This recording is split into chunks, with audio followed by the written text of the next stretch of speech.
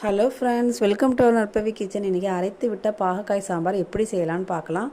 ஒரு கைப்பிடி துவரம் பருப்பு, பெருங்காய கட்டி, மஞ்சத்தூள், 2 தக்காளி, 5 பல்லு பூண்டு. இதை குக்கரில் ஒரு 2 விசில் விட்டு வேக வச்சு எடுத்துங்க. அதுக்கப்புறமா கடாயில் எண்ணெய் ஆட் பண்ணி கடலைப்பருப்பு, ஜீரகம், உளுந்து, பட்டை மிளகா, தேங்காய் துருவல், மல்லி இது எல்லாத்தையும் நல்லா வறுத்துட்டு அதை தனியாக அரைச்சி எடுத்து வச்சிங்க.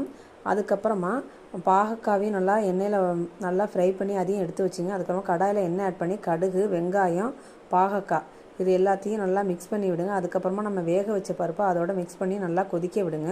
ஒரு லெமன் சைஸுக்கு புளியை கரைச்சி அதில் ஆட் பண்ணிக்கங்க. இது நல்லா கொதி வந்ததுக்கப்புறமா நம்ம அரைச்ச விழுதை அதோட மிக்ஸ் பண்ணி கொஞ்சமாக தண்ணி கலந்து விடுங்க. நல்லா ஒரு 5 மினிட்ஸ் நல்லா கொதிக்க விடுங்க. அவ்வளோதான், அரைத்து விட்ட பாகக்காய் சாம்பார் ரெடி. கொத்தமல்லி தலையை தூவி ஸ்டவ்வை ஆஃப் பண்ணிடுங்க. லைக் பண்ணுங்கள், ஷேர் பண்ணுங்கள், சப்ஸ்கிரைப் பண்ணுங்கள்.